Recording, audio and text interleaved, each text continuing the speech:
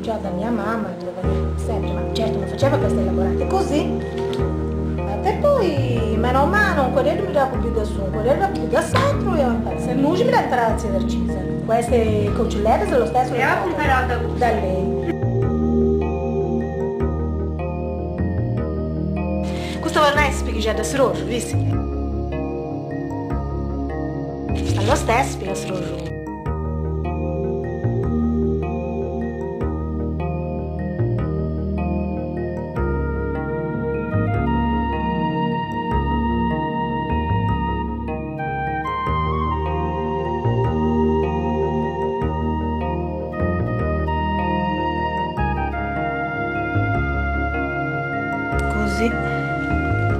Così, e poi così, e poi gira se no.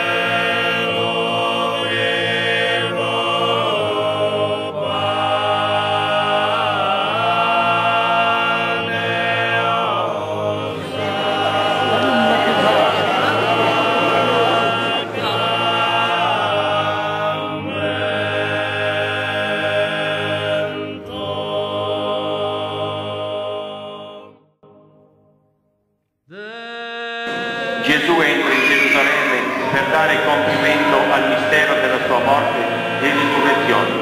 Accompagniamo con fede e devozione il nostro Salvatore nel suo ingresso nella città santa e chiediamo la grazia di seguirlo fino alla croce.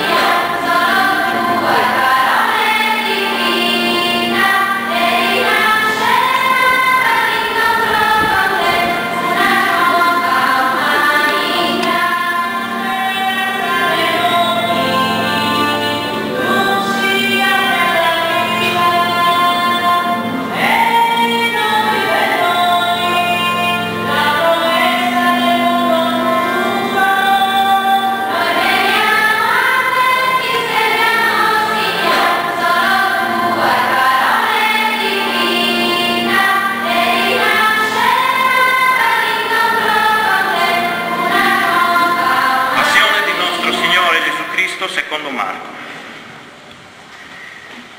Mancavano 2 giorni alla Pasqua e gli azimi e i capi dei sacerdoti e gli scribi cercavano il modo di catturare Gesù con un inganno per farlo morire. Lasciatela stare, perché la infastidite? Ha compiuto un'azione buona verso di me. I poveri infatti li avete sempre con voi e potete far loro del bene quando volete.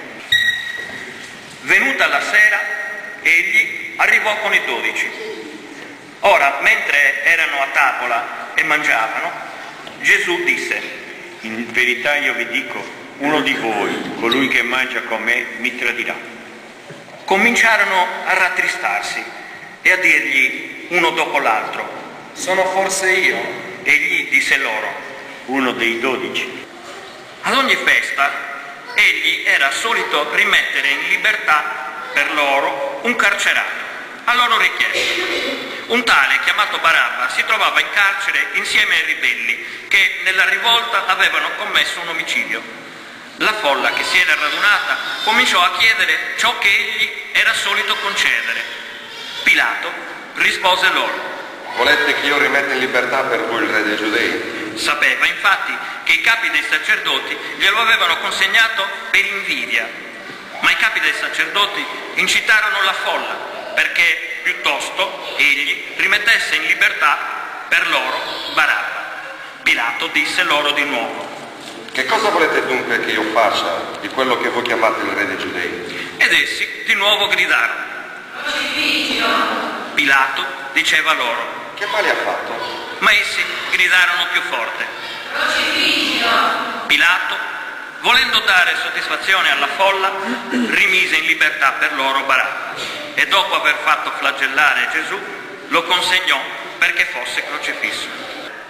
Erano le 9 del mattino quando lo crocifissero. La scritta con il motivo della sua condanna diceva: il re dei Giudei. Con lui crocifissero anche 2 ladroni, uno a destra e uno a sinistra. Quelli che passavano di là lo insultavano scuotendo il capo e dicendo: ehi, tu che distruggi il tempio e lo ricostruisci in 3 giorni, salva te stesso scendendo dalla croce. Così anche i capi dei sacerdoti con gli scribi fra loro si facevano beffe di lui e dicevano: ha salvato altri e non può salvare se stesso. Il Cristo, il Re di Israele, scenda ora dalla croce perché vediamo e crediamo. Aspettate, vediamo se viene lì a farlo scendere. Ma Gesù, dando un forte grido, spirò.